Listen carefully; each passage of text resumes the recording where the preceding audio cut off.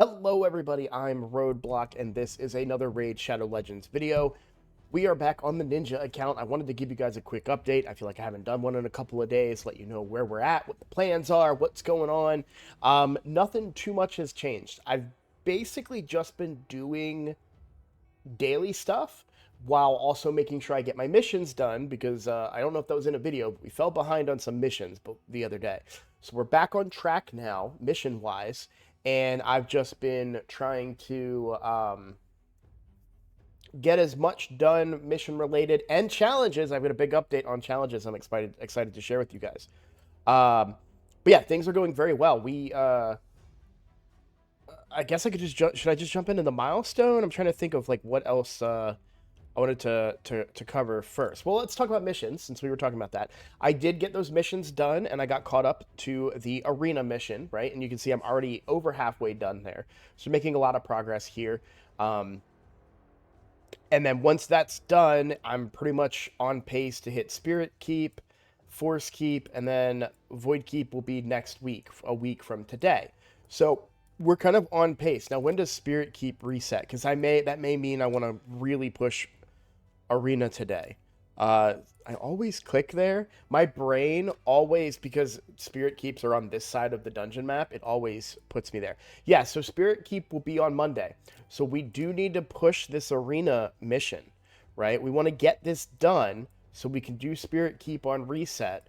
And that way we're on pace because it'll go Spirit, it goes in the missions, it goes Spirit, Force, Void, and in the dungeons, it'll go Spirit, Force, Void. Right, well, Void, but it'll be a week because this is only on Sundays that Void Keep opens. So we want to be able to do these Monday, Tuesday, and then we get on a part where we have to wait a little bit for the Void. Now, we could potentially use gems for that. I don't think that is a very wise use of my gems in that situation, but that'll get me caught up through the Void Keep, and then affinity bonuses to level 4 will be a bit of a stopping point, and then unlocking tier 4 masteries for 4 champions. We should get close to that here pretty soon. Now, when I haven't been doing any mission progression, I've been using my energy specifically to farm masteries on Venomage. You'll see 872. With this, the max here is I think 950, right? Something like that. Yeah. So we're very close to maxing out the masteries on Venomage, and I'm very excited about that. We'll get War Master, and that is going to improve our clan boss damage quite a bit. Speaking of clan boss, that's been going very well. If we take a look here, they've probably done it. Yeah, they've gone. My clan has gone ahead and triggered the brutal reset, or not reset, but they've taken the brutal. Well, they killed it, but they took it below half HP, which turns it into Spirit Affinity, which is good for me. But on Void Affinity, I wanted to show you guys. I'm not looking at brutal. There we go.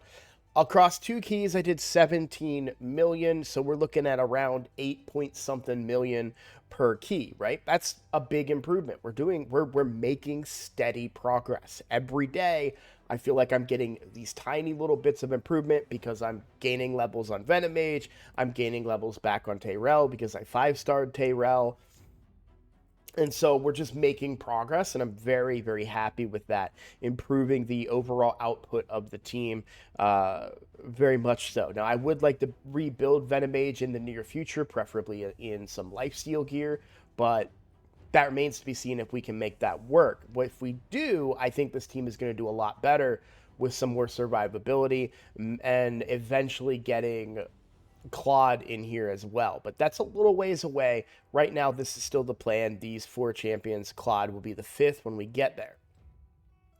But Brutal's going well. I can 3-key Brutal very consistently now, even when it changes to Force Affinity. I'm still able to squeeze out the remaining, 4 or 5 million damage that I need to be able to finish that off. I'd like to be able to use 1 more key in hard each day, but that's not a guarantee with my schedule, and with my being sick, I haven't really had the time to throw in the extra key because I'm either forget or I go to sleep or something.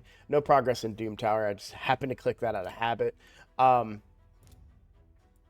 let's talk about The other thing. Let's talk about challenges. So there is a challenge in here under Arena. Win 10 classic arena battles in a row in gold 1 or higher. I thought this would take me forever to complete. I did it. I didn't even know I did it. I didn't even know I was trying to do it. I was just picking battles. I was like, oh, I should be able to beat this guy. Oh, I should be able to beat this guy. And sure enough, I did it today. It caught me completely by surprise. I'm sitting here watching a podcast, and I'm like, oh, I just got that challenge I never thought I'd get done. So the remaining challenge here, before I get this legendary book, is 3 affinity bonuses to level 5. We currently have 1 to level 5. The next one in succession would probably be more accuracy. It's kind of tempting, if I'm honest with you guys. It's a little tempting because I'm so magic affinity heavy. It is a little bit tempting to try and maybe go for some other magic affinity stats. Some defense and HP to make me last longer in clan boss, since everybody on my team is going to be magic affinity.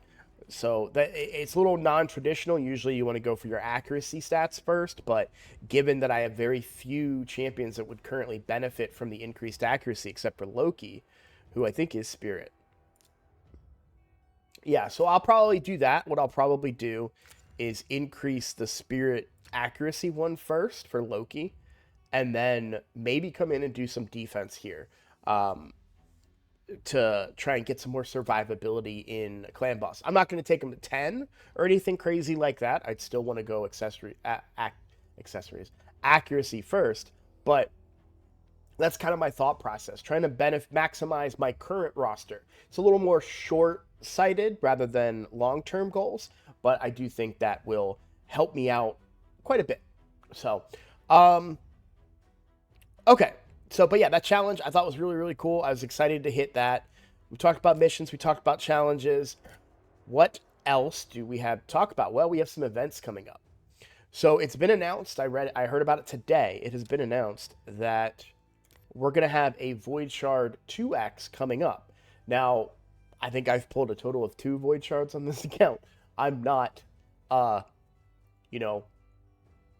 under any illusions that I'm going to have a really great pull rate or anything. But if we're looking at it from a free-to-play perspective, I want to pull during any 2x opportunity.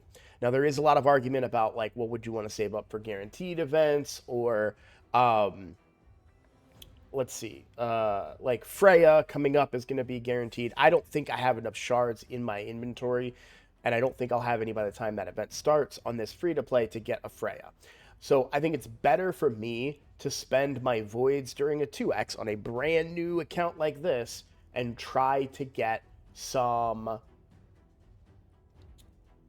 epics, right? Now, for those of you that watched my other free-to-play channel, and a video will be coming out about that today, on that other free-to-play channel, I pulled an Ursula very, very early on. For those of you that are new to the game and may not know who or what exactly Ursula is, she is a Bannerlord, I believe. Yes. A Void Bannerlord that brought decreased attack and increased attack, as well as increased defense and strengthen, and a revive, and a Doom Tower aura, and a decreased turn meter on the A1. She is still a major part of my roster on my free-to-play, which is turning a year old soon. So I'm not saying that I'm going to get her, but I'm saying that there are Void epics out there that could be very powerful and game-changing on my account. They don't necessarily have to be on the level of someone like Seer, who is game-changing, of course. Everyone, well, not you may not know, but for those of you that don't know, Seer is a very, very dominant nuker, great for wave clear. And I got her on the free-to-play as well, but I do know people that have been playing this game. They've told me in chat for 3 years and have never pulled a Seer. So, but yeah, I think there are some really good Void epics that could potentially help my account out if I would be lucky enough to get them. So, definitely gonna pull during the 2x. Any opportunity that I potentially have to increase my epic count right now, I'm going to take advantage of. So I'll be pulling shards for that. Now, it's going to be Tuesday, Wednesday. So I think Tuesday night, 9:30 p.m. Eastern time, I will be pulling shards. I'll go ahead and, in case you guys don't watch my other free-to-play account, I will be pulling my void shards on this account as well. So I've got 38 voids. I'll be pulling on this account during a 2x. I'm not going for Thor on the free to play because I wasted a bunch of gems chasing after Lady Mikage epic. So, but that's I'm gonna leave that. I'm gonna leave more of that for the video about that account because we're gonna give a big update on that account. So I'm very excited about that. You got a little spoiler for it.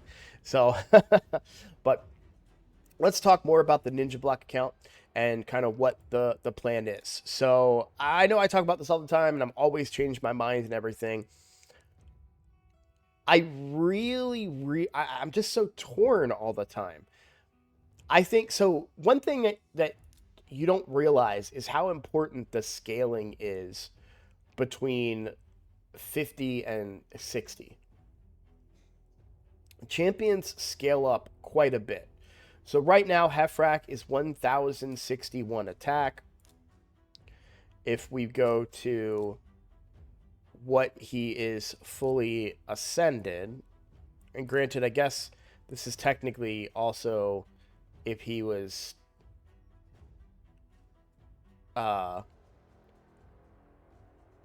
fully on blessings, I guess, too. But I mean, that's a lot. I know 553 doesn't sound like a lot of attack, but I mean, that's about half of his current attack, right? So you're taking what he took, like from 1 to 50 was 1,000. And for 10 levels at the end, you're going to give him half of what he gained across all of 1 to 50, just to kind of show you how much it scales up there. So that's going to be really helpful for him. It's going to help him do a lot more damage than what he's currently able to do.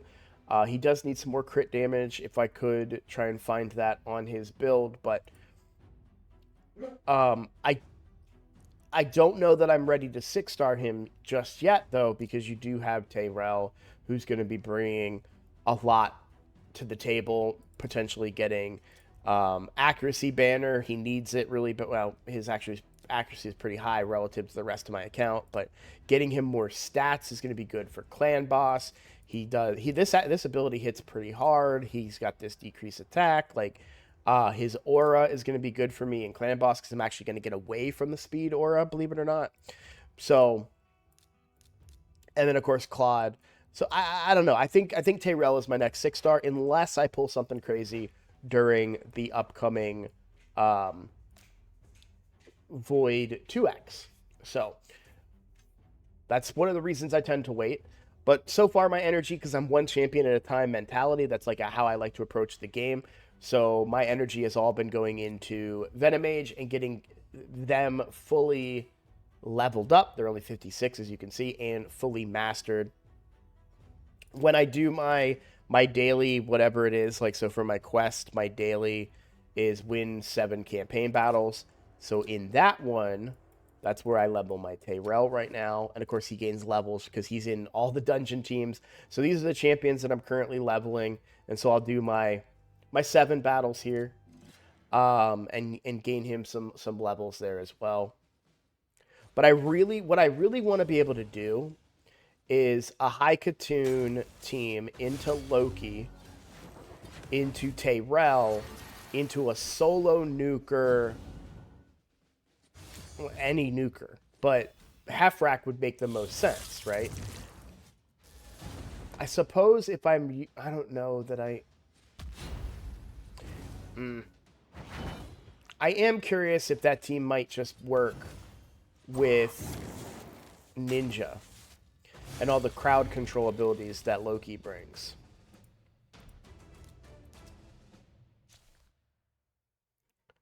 And there is the potential that Loki could also move around, transfer the decreased defense that Ninja brings, but I'd want them I'd want to beat the team before I have to count on Ninja's A1. So I don't really know. But I like Loki as an increased attack champion. But if I'm bringing Hefrak, he self buffs, so I may not really need it per se.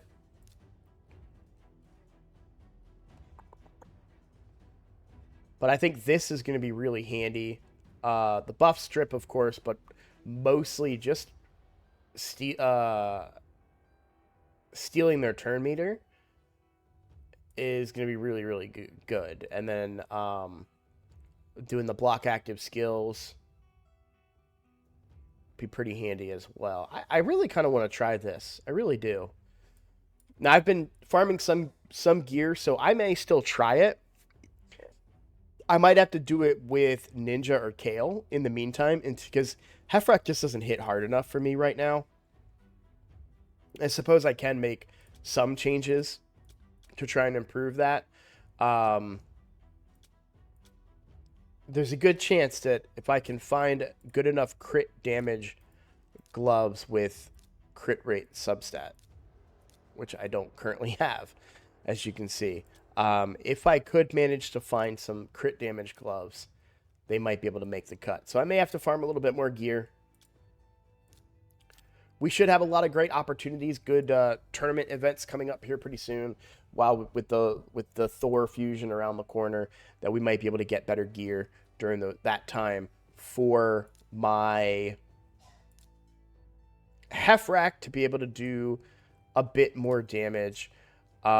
Fully ascending him, if I had, and I don't think, but if I had a crit damage neck, fully ascending Hefrak would be my next priority. I think my current priority would be to fully ascend Tayrell. He's 3-star right now. I can take him to 5 stars at the moment, but there are sometimes quests to do so. I don't believe I currently have any of those quests, but I am likely pretty close. So that would be good for me to knock that out, to get that ascension when the time comes. But it's probably a weekly, I think it is. I know there's one of them. I know there's a quest for it, but either way, that's where we are at. I'm really happy with the performance of the Clan Boss team. I think we're a little over a month in now. If we look at the daily login rewards, oh yeah, we're about a week over a month now. What's that? A month and a week and 1 day. So we're finally, it's so weird. Like there's this jump up here where I can get 5-star epics, but then they throw me back with more 4-star stuff. So, oh, because they're accessories. I see.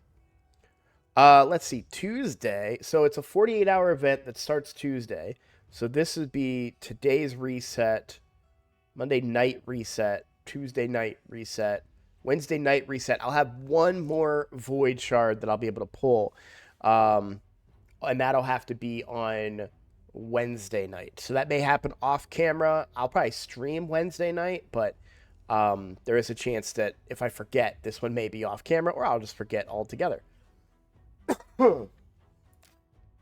So, event-wise, nothing else really crazy going on. The Odin tournament, I did a little bit of it, but I wasn't super into it on this account. Definitely not going to worry about this Ice Golem tournament. We do have a Sand Devil turn attack coming up.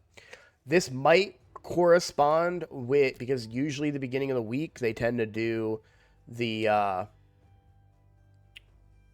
summon pool events, so perhaps we might have a summon pool event coming up tomorrow. I haven't heard anything official about it, but if they do, we would have I would assume that's going to line up with this Sand Devil tournament. So I might do a little bit of Sand Devil in the coming days and try to farm one of those crystal summons in order to get enough, or in order to get a champion, right, from the summon pool. So keep an eye out on that. That's everything I got. I don't have too much else to share with you guys. I will, since we have a little bit of time, go ahead and run a brutal here for you. This will take a couple of minutes. And you'll see not everybody's fully leveled up, and we've got people that are level 56, Tyrell's actually 1 level or 2 levels under what he was before because he was previously being brought in at level 40. So, but you can see the majority of our damage is very heavy poison damage. We're consistently keeping up decreased attack and decreased defense. It's a lot easier because this is a good affinity for me. You saw a lot of poison damage ticking out there. I don't know if you guys caught that. So you'll see the 75,000s, the red ones, that's the HP burns that are being placed and activated by Ninja there. All of that was poison damage on his turn. And then there's our decreased attack. There's our poisons being placed. That's the poisons and the HP burn ticking there. That's poison activation. That's what's so awesome about Venomage, is that poison activation. Now, we do have decreased attack still up, but decreased defense did fall off. And there's the renewing of the decreased attack. So this is what's helping us last longer, and that's what's helping us get that more damage in. Big luck there, placing 4 of the big versions of poison. You see a lot of those ticked right there. Got a lot of damage.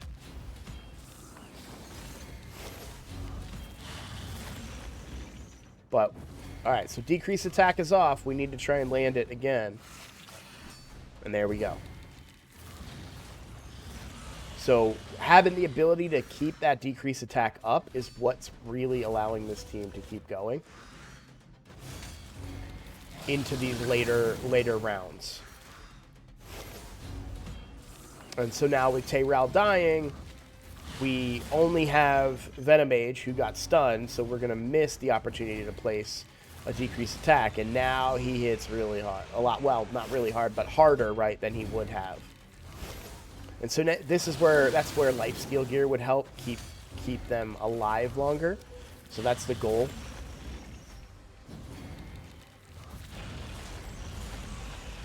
A good counterattack from Kale here, get extra poisons on.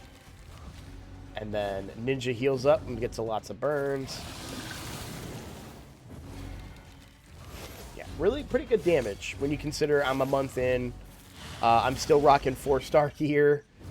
You know, and this is not my not my only account. I do have other accounts that I'm running, so I don't have as much time to dedicate to this one as I would like. But yeah, overall, really happy with the damage output here. You'll see Kale actually eked out a little bit more damage than Ninja, which is pretty cool.